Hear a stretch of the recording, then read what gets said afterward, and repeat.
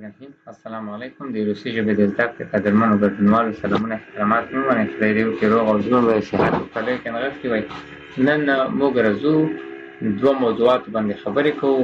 یو د روسیې هېواد د ځینو ښارونو نومونه زده کول دي او یو د ځینو شیانو نومونه زده کول دي.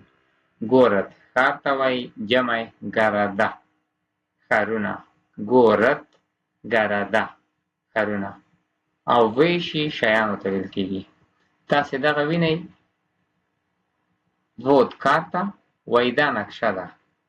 دا نقشه کې تاسې وینئ یو ماسکووا ګورد ماسکووا مسکو ښار. دوهم داسې د نقشه کې وینئ اومسک ګورد اومسک ښار. دریم تاسې وینئ د نقشه کې وولګدا ګورد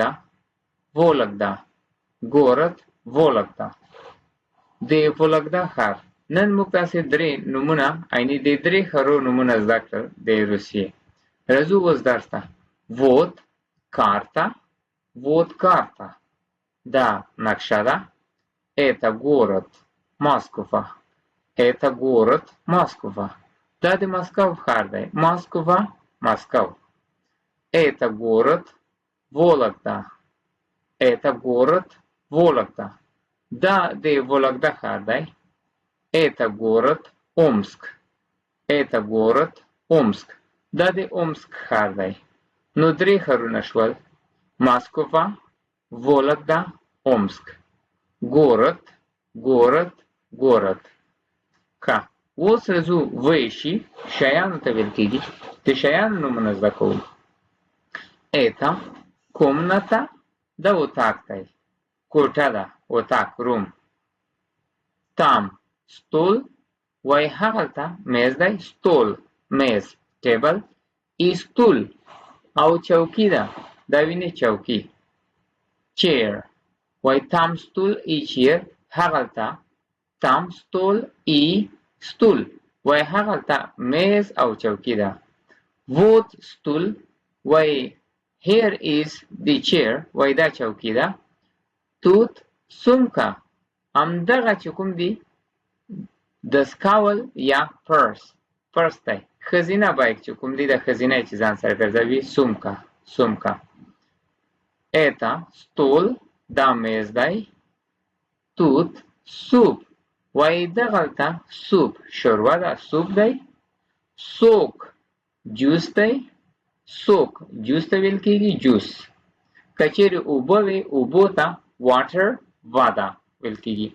ای سیر په خپله پنیر ته ویل کېږي. نو موږ وایو چې что это комната. что там стол и стул там وای هغلته څه شی دي؟ وای چوکي او میز هغلته دي. вот стул. что вот وای دلته څه دي؟ стул میز دی. тут سمکه.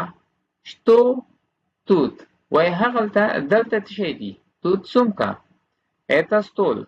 что это دا څه دي؟ тут суп، сок и сыр. что тут وای څه شی هغلته دي؟ نو موږ وایو چې тут суп، сок и сыр.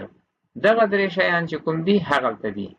بیا هم راځو، نن ورځې موږ درس د روسیې درې ښارونو نومونه زده کول وو چې ماسکووا، وولګدا، اومسک. نو первый город Москва لومړی ښار ماسکووا. второй город Вологда دوهم ښار وولګدا. третий город Омск دریم ښار چې کوم دی اومسک.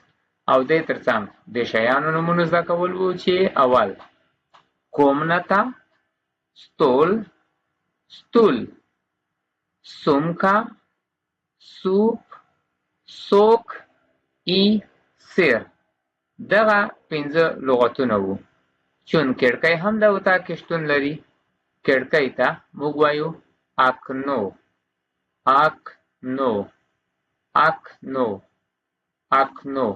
یو شي ته متوجه شئ، تاسو ته مې مخکې ویلي وو که چیرې یو نوم په د ختم شي دا به ت تلفظ کوئ، ګورت ګورت